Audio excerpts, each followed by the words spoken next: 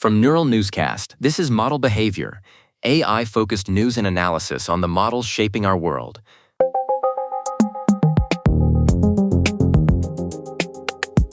Welcome to Model Behavior. This program examines how AI systems are built and operated in professional environments. Today is June 8th, 2026, and we're witnessing a consequential week for model infrastructure. Between Microsoft Build and Apple's WWDC, the industry's largest players are shifting from third-party reliance to deeply integrated in-house systems. This transition marks a new era in the competition for foundational model control across the enterprise landscape. It is a massive strategic pivot, Nina. For years, the narrative focused on who could sign the biggest partnership deals. Now we are seeing the technical fallout as companies like Microsoft and Apple try to reclaim control over the model layer. We have a significant amount of data to unpack from the Microsoft Build announcement specifically, particularly regarding the new MAI family. It seems the reliance on external providers is finally reaching a breaking point for these tech giants. Microsoft has officially unveiled its in-house MAI models. The standout is MAI Thinking 1, a reasoning model designed to cut costs and reduce dependency on partners like OpenAI and Anthropic. According to Microsoft, in blind evaluations run by their partner Surge, MAI Thinking 1 was preferred over Anthropic's Claude Sonnet 4.6. They are also claiming it matches Claude Opus 4.6 on coding benchmarks, which would be a significant technical achievement if it holds up under wider scrutiny. I have to stop you there on the Surge evaluations, Nina. We need to be careful with the phrase preferred in a blind evaluation. Microsoft commissioned this study, and while Surge is an independent partner, human preference evaluations are notoriously sensitive to the specific prompts and the task mix chosen for the test.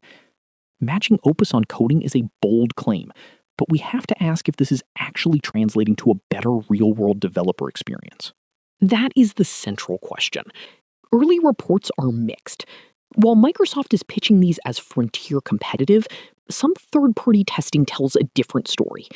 PC Mag tested the full suite, including Thinking 1 and Voice 2, and described them as largely mediocre.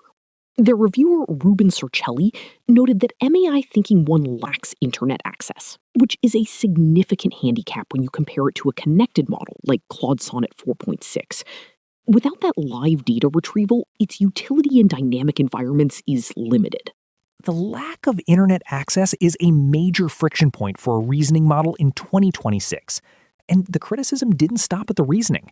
The testing of MAI Voice 2 apparently landed it right in the uncanny valley, with reviewers describing it as robotic and breathy. In a market where we have highly realistic voices from several competitors, just being fine might not be enough to move enterprise customers away from their existing and more polished stacks, Nina. True, Thatcher, but look at the strategic logic. Even if MAI Thinking 1 is only good enough for most tasks, it gives Microsoft massive leverage. By offering a model that is cheaper to run and owned outright inside their Foundry infrastructure, they are no longer hostage to a partner's pricing or roadmap.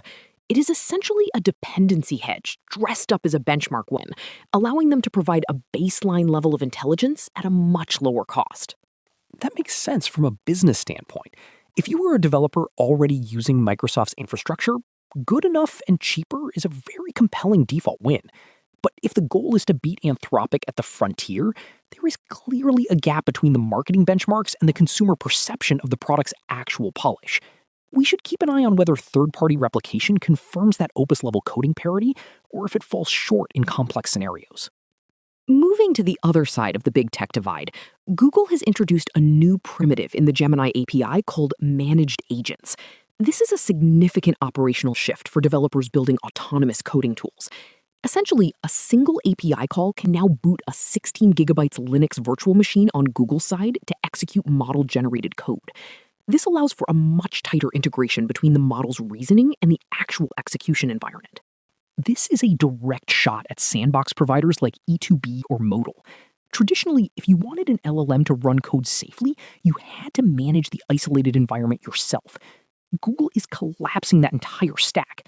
You call the Interactions API, and Gemini 3.5 Flash handles the reasoning while the system provisions a Linux sandbox to run Python or Bash scripts.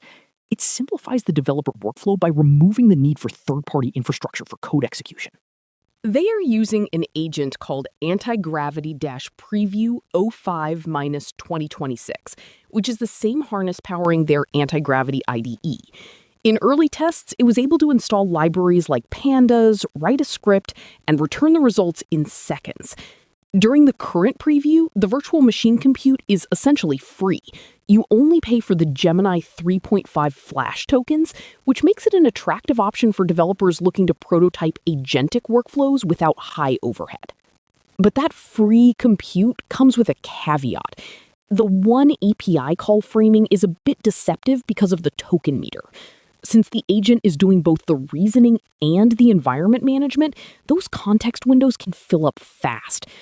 I'm curious, Nina, if we're seeing a trend where the infrastructure becomes the loss leader just to keep developers locked into the specific model ecosystem. It is a classic platform play to ensure long-term adoption. It certainly looks that way. And speaking of Gemini, Google is also nearing the June launch of Gemini 3.5 Pro. We're looking at a 2 million token context window and something they call deep think reasoning. It seems they are trying to match the reasoning capabilities we're seeing in the MAI thinking and Claude lines while maintaining that massive context advantage. They want to be the one-stop shop for both long context retrieval and complex logical reasoning. The competition for the reasoning label is getting crowded. It is also interesting to note that Anthropic is reportedly filing for an IPO. This move suggests they believe their current lead with Claude 4.6 is sustainable enough to go public, even as Microsoft and Google move to commoditize the reasoning layer. They are betting that their focus on safety and frontier performance will keep them ahead of the integrated platform offerings from the larger incumbents. Let's pivot to OpenAI. They haven't been quiet while Microsoft moves into their territory. On June 4th, they rolled out Dreaming v3. This isn't just a model update, it's a memory revolution. ChatGPT now runs a background synthesis process after your conversation ends to catalog your preferences and project context. This allows for a much more personalized assistant that can anticipate your needs based on past interactions without requiring manual inputs every single time. The technical detail that caught my eye was the 5x reduction in compute cost for this memory architecture. By moving the synthesis to a background process rather than doing it live during the chat, they can offer this to free users. It changes the dynamic from a chatbot that takes notes to one that actually understands your long-term goals. It is a clever way to increase user retention by making the system more useful the more you interact with it. However, the privacy implications are raising eyebrows. A recent study found that 96% of ChatGPT memories were created unilaterally by the system, not by explicit user request. With the EU AI Act transparency rules hitting in August, OpenAI might be heading toward a significant legal reckoning regarding how these behavioral profiles are built. They will need to prove that this automated synthesis respects user privacy and complies with the new regulatory standards. It's a delicate balance. Users want the assistant to remember that they finished their trip to Singapore, so it stops suggesting restaurants there, but they might not want the system silently building a detailed profile of their professional habits.